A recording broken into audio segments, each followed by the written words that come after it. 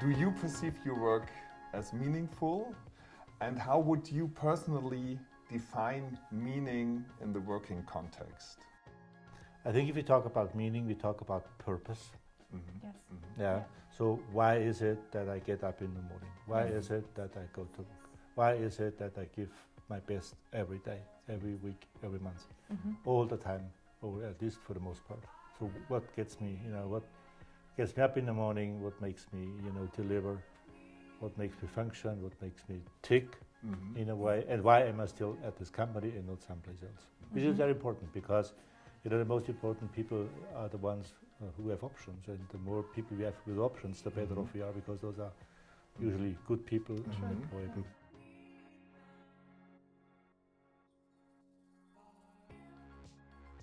Well, the promotion is nothing but, you do a different job, have a different responsibility.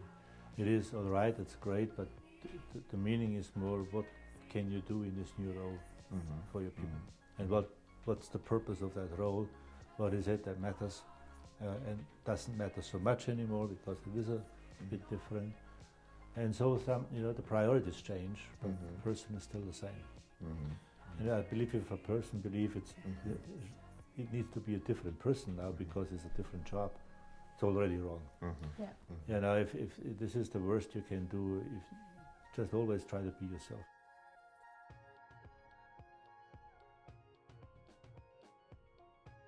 The financial aspects don't matter that much anymore. It is then about what will people, talk about in the next generation. What is it that they will say about the era of where we are in today as a management team? What did we do? What didn't we do? People ask me, what business are you in? I mean, they should know anyway because Siemens is such a strong brand. But in case they didn't, I say, well, it's not B2C, it's not B2B, it's B2S. And what do you mean? I say, this is business to society because this is what we are really at. It's not that simple, but what the best of it is? You can even make money by doing that in building technologies, in energy efficiency, and things like that. So that's the type of purpose which really drives us a lot. And I honestly believe, companies and businesses which do not contribute to society, they should not exist.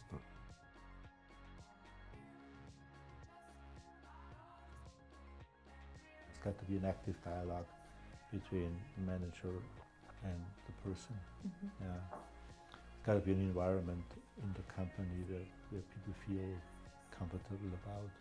This is true for the job environment as well as the climate, culture, so to speak. So that's just important, and that's true everywhere.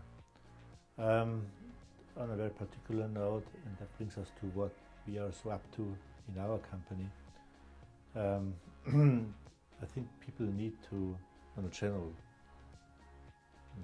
meaning now, we need to let our people own their job. So what do I mean by letting our people own their job? They need to have, the authority, the power, the empowerment, we call it, that they can do what they believe is right for their company. Then the second topic is on the how, the what and the how. Remember we talked about the why. Why is it that I go to work? So we've got this one out of the way, the purpose. So it's on the what, it's the competencies are the what, and the how is, how do we interact? How do we deal with each other?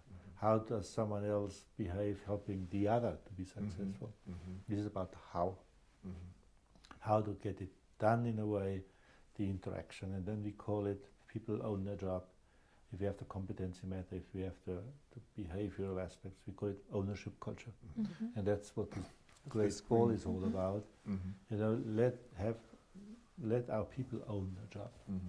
And I always say, no matter who you are, what you do, where at in this company, always act as if that was your own company.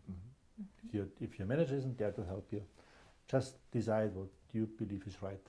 If that was your company, if that was your money to spend, if that was your reputation to lose, just do it as your own company. You can do it as long as you can be reasonably certain, or reasonably confident that there's enough competency.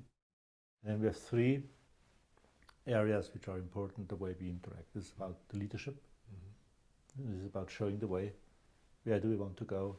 How do we get there? Show people the way, help them to understand that this is meaningful. The why, again, the purpose. Why is it, good that we go this way together?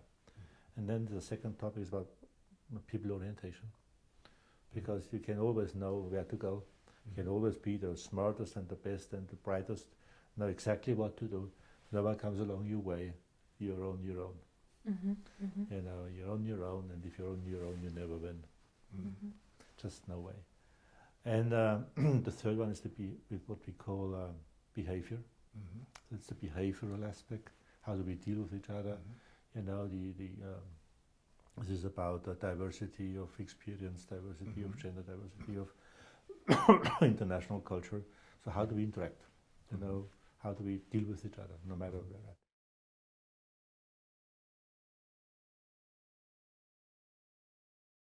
we're at? We do it because we believe we need to have a purpose again about understanding what unifies us, what holds us together.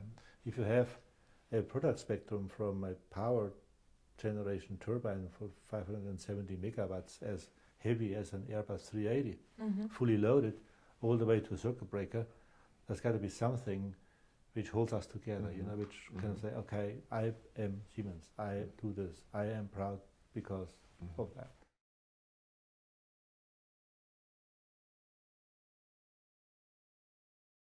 Yeah, obviously digitalization is there for quite some time already, but the point is that behavioral aspects, communication aspects change. They change by value, they change by technology, or a combination of both.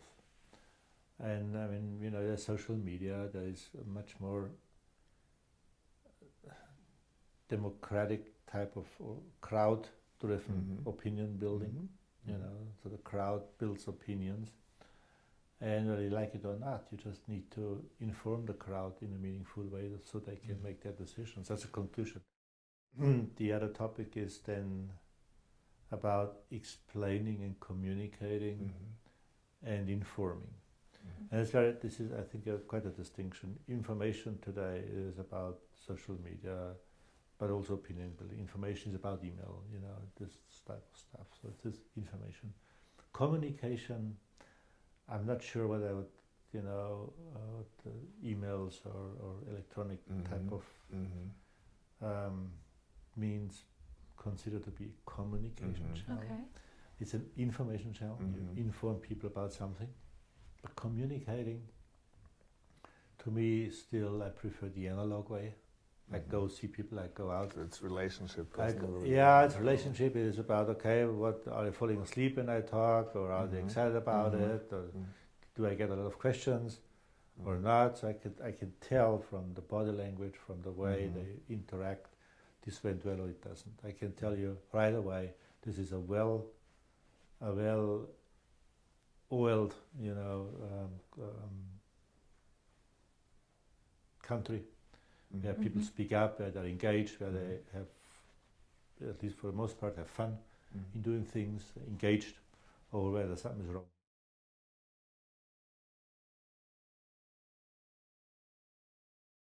I believe that everyone needs to find his or her own recipe. This is based on the nature of the business, the size of the business, and it's also in general, but in particular, it is more based on who I am. And people know me over time now. If I came up with a completely different way of communicating, they would say, "Hey, this guy must have smoked something, or maybe he was drunk, or something like that." So be honest again, yeah. So it's got to be yourself. You see that to be authentical is very, very important. Just be yourself, be credible in a way. You can try out stuff, but don't try to be something or to pretend something you're not into, because that's the worst. People will notice sooner or later, but you yourself notice right away, and you're uncomfortable and kind of phony, and it's not what you want to be. There's just too much at stake. Thank you so much Sure. for sharing your Thank experiences you. with us. It's been very, very inspiring. Thanks a Great, lot. thank you.